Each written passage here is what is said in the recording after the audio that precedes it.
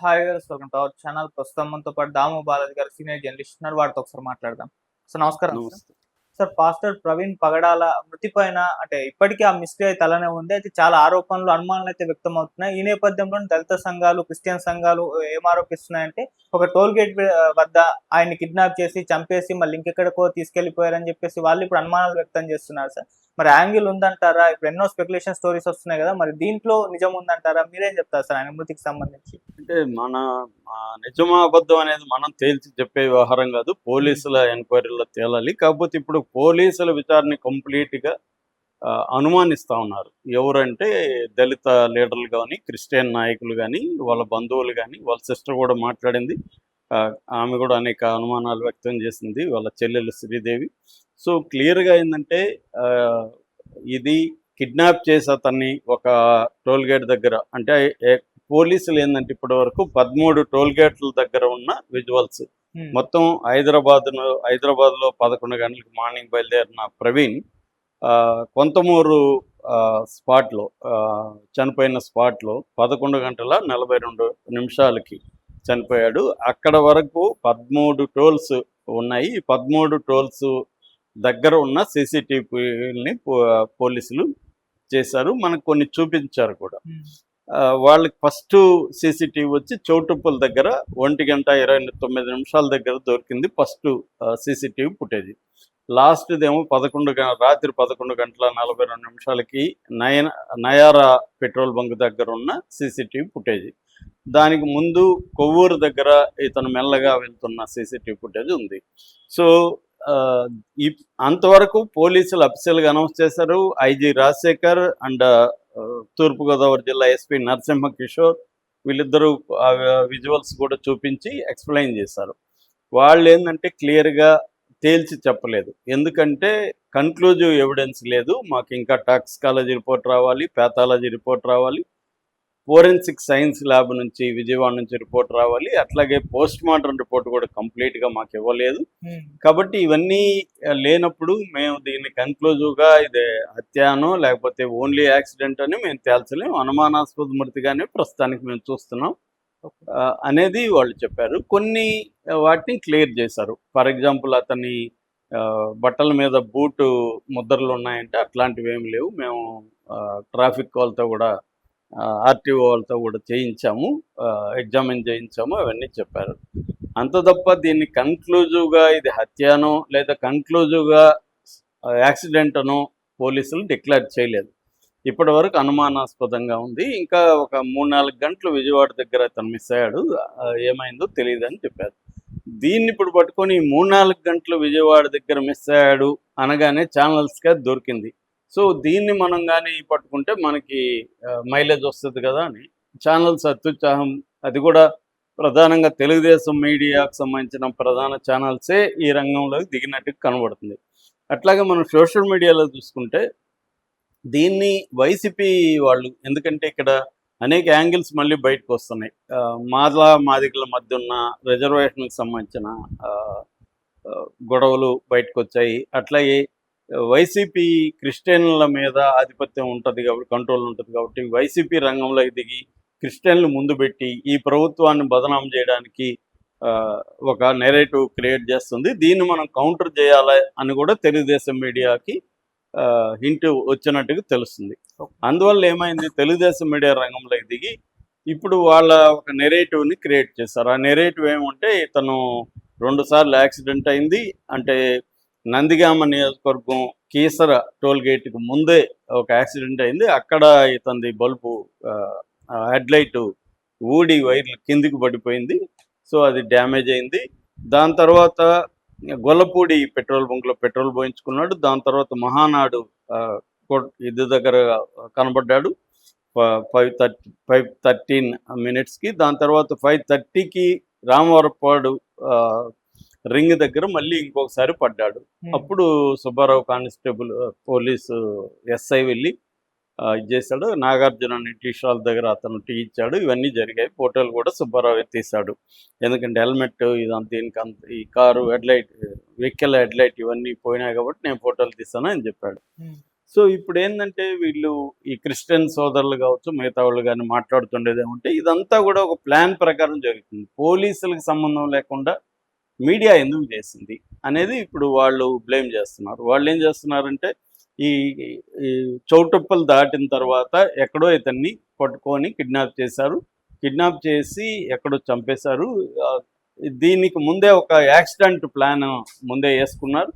ఆ ప్లాన్ ప్రకారం వీళ్ళు ఏం చేస్తారంటే ఇంకొక వ్యక్తికి ఇతను కాస్ట్యూమ్స్ వేసి ఇంకొక వ్యక్తి దగ్గర పడిపోయినట్టు, తర్వాత పెట్రోల్ పోసుకుంటున్నట్టు ఇవన్నీ నిరూపించడానికి తర్వాత సీసీటీవీ ఫుటేజీలు చేస్తున్నారు క్లియర్గా అనేది వాళ్ళు ఆరోపిస్తున్నది. సో దీంట్లో కొన్ని లూప్ హోల్స్ ఉన్నాయి. ఈ ఫుటేజీలు కరెక్ట్గా మొత్తం ఫుటేజ్ లేదు, వాళ్ళకి కావాల్సిన విధంగానే ఫుటేజీలు ఉన్నాయి.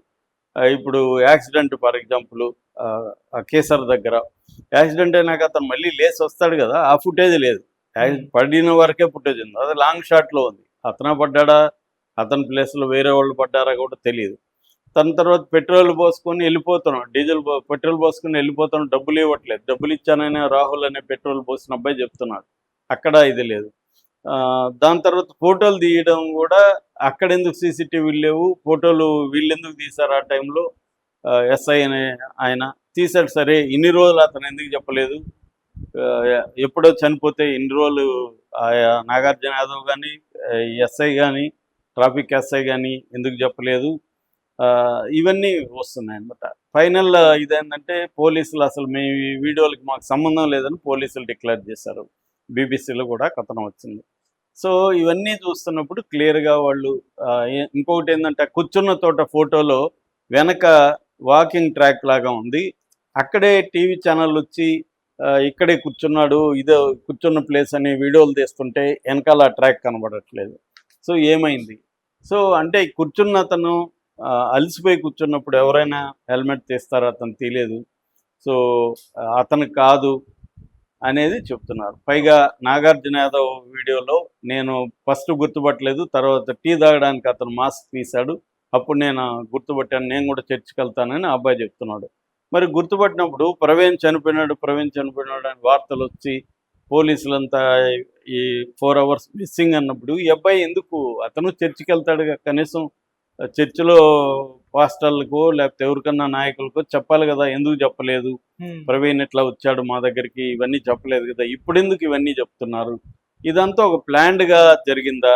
ఇప్పుడు పెట్రోల్ దగ్గర పెట్రోల్ పోసిన అబ్బాయికి అతను ప్రవీణ్ అని తెలియదు, ఎవరో తెలియదు. అట్లాగే మందు ఏలూరు దగ్గర మందు కొన్న వాళ్ళకి, ఆ షాప్ వాళ్ళకి కూడా అతను ఎవరో తెలియదు. కాబట్టి వాళ్ళ వరకు ఓకే, కానీ ఇదంతా ఒక ప్లాన్ ప్రకారం ముందే సీసీటీవీని పెట్టి ఇతను మందు తాగుతూ డ్రైవ్ చేసి యాక్సిడెంట్ చనిపోయినాడు అన్న ఒక నెరేటివ్ని బిల్డప్ చేయడానికే ఇదంతా వీళ్ళు చేస్తున్నారు అనేది ఇప్పుడు క్రిస్టియన్ సోదరులు కావచ్చు, లేకపోతే హర్ష కుమార్ లాంటి వాళ్ళు సీరియస్గా ఆరోపిస్తున్నారు. దీని మీద పోలీసులు ఇది చేయాలి. అయితే పోలీసుల మీద కూడా ఇప్పుడు అనుమానాలు వస్తున్నాయి. అంటే పోస్ట్ మార్టం రిపోర్ట్ ఇప్పటికి కూడా ఎందుకు ఫుల్గా బయట పెట్టట్లేదు, సీసీటీవీలు ఛానల్స్ బయట పెట్టే కానీ పోలీసులు ఎందుకు బయట పెట్టట్లేదు, పోలీసుల దగ్గర కూడా 300 సీసీటీవీ ఫుటేజీలు ఉన్నాయని చెప్తున్నారు. ఎందుకు పోలీసులు దీని మీద సీరియస్గా తీసుకోలేదు? అంటే ఏదో జరుగుతుంది, పోలీసులను కూడా నమ్మడానికి లేదు. అంటే చంపేసిన తర్వాత అతను మామూలుగా సామెత ఉంది కదా, కుక్కనే చంపేసి పిచ్చి కుక్క అన్నట్టుగా ఇతన్ని చంపేసి ఇతను తాగుబోతూ, ఇతను కేర్లెస్, ఎస్ఐ కౌన్సిలింగ్ కూడా ఇచ్చాడు, అయినా ఇతను వెళ్తున్నాడు. అతనేమి కొత్త కాదు, అతను అనేక సార్లు ఒంటరిగా ప్రయాణాలు తనకు అలవాటు. అంతసేపు 2-3 గంటలు ఉంటే అతనికి విజయవాడలో బోల్డ్ మంది తెలుసు, ఎవరికైనా ఫోన్ చేస్తాడు కదా, ఫోన్ చేసి కాసేపు వాళ్ళ దగ్గర పోయి పడుకోవడమో లేకపోతే ఏదైనా చేస్తాడో. అప్పటికి కూడా ఎస్ఐ కూడా నేను చెప్పాను ఇక్కడ ఏమైనా లాడ్జీలు పడుకుంటారా అన్నాను, వద్దన్నాడు అని ఆ గడ్డిలో పడుకున్నాడు అని చెప్తున్నాడు. అతను బాగా డబ్బున్న వ్యక్తి, కంపెనీలు నడిపాడు, అతని కార్లు కూడా ఉన్నాయి. అలాంటి వ్యక్తి గడ్డిలో ఎందుకు పడుకుంటాడు అలసిపోయి? ఇవన్నీ కూడా అనేక అనుమానాలు అయితే క్లియర్ కాకుండా ఉన్నాయి. దీనికి ప్రధాన కారణం ఏంటంటే ఇది పోలీసులు కానీ ఈ సీసీటీవీ ఫుటేజ్లు అంతా వాళ్ళ ఆధ్వర్యంలో కలెక్ట్ చేసి కానీ ఉంటే వాళ్ళు ఎక్స్ప్లెయిన్ చేసేవాళ్ళు. సో వీళ్ళు ప్రైవేట్ ఛానల్స్ చేస్తున్నాయి. ఛానల్స్ 2 కారణాలతో చేయొచ్చు. ఒకటి తెలుగుదేశాన్ని కాపాడడం కోసం, అంటే తెలుగుదేశం మీద నెగిటివ్గా వస్తుంది, దీని వైసీపీ ఉపయోగించుకుంటుంది కాబట్టి రంగంలో దిగి ఇతందే తప్పని ఒక నెరేటివ్ క్రియేట్ చేసే కోసం చేసి ఉండాలి. రెండవ కారణం ఏంటంటే వాళ్ళ వ్యూయర్షిప్ను పెంచుకోవడానికి చేసి ఉండొచ్చు. ఫస్ట్ వచ్చిన వైన్ షాప్ దగ్గర ఉన్న వీడియో ఒక ఛానల్ లైవ్లో పెట్టగానే నేను చూసినప్పుడు 8,000 ఉన్నది. సో వ్యూయర్షిప్ కోసం కూడా వీళ్ళు ఇట్లాంటివి క్రియేట్ చేసి పెట్టి ఉండొచ్చు. ఏదేమైనా దీంట్లో అనేక అనుమానాలు ఉన్నాయి. పోలీసులు ఇప్పుడు దీన్ని క్లియర్గా వీళ్ళ అనుమానాలన్నీ నివృత్తి పబ్లిక్గా చేయాలి. అంటే ఈ ఫుటేజ్ అంతా వాళ్ళు అనలైజ్ చేసి వీళ్ళ డౌట్స్ ఆల్రెడీ ఫేస్బుక్లో మిగతా చోట్ల ఉన్నాయి, వీళ్ళు ఎక్స్ప్రెస్ చేసిన డౌట్స్ ఉన్నాయి. అట్లాగే కొంతమంది నాయకులతో కూడా వాళ్ళు మాట్లాడచ్చు. వీళ్ళ అనుమానాల్ని క్లియర్ చేయాల్సిన బాధ్యత పోలీసుల మీద ఉంది. అట్లాగే వీళ్ళు కూడా ఈ క్రిస్టియన్ వీళ్ళు మంచి బ్యాచే ఉన్నారు కదా, వీళ్ళు ఒక టీమ్గా ఫామ్ అయ్యి వీళ్ళు కూడా ఫ్యాక్ట్ ఫైండింగ్ చేయగలిగితే వీళ్ళకి కూడా ఫస్ట్ హ్యాండ్ ఎక్కడో కూర్చొని ఆ విజువల్ ఇది ఉంది, ఈ విజువల్ ఇది ఉంది అని చెప్పడం కంటే వీళ్ళు ఎందుకు చేయట్లేదు అనేది నా ప్రశ్న. వీళ్ళు కూడా ఫ్యాక్ట్ ఫైండింగ్ వెళ్ళి చేయొచ్చు కదా, కూర్చొని ఇది హత్య అని చెప్పడం బదులు వీళ్ళు ఇన్వెస్టిగేట్ చేయొచ్చు. ఛానల్స్ చేసినప్పుడు వీళ్ళు ఎందుకు చేయలేరు? సో వీళ్ళు ఎందుకు చేయట్లేదు అనేది ఇప్పుడు అదొక పెద్ద ప్రశ్న. Okay, thank you so much.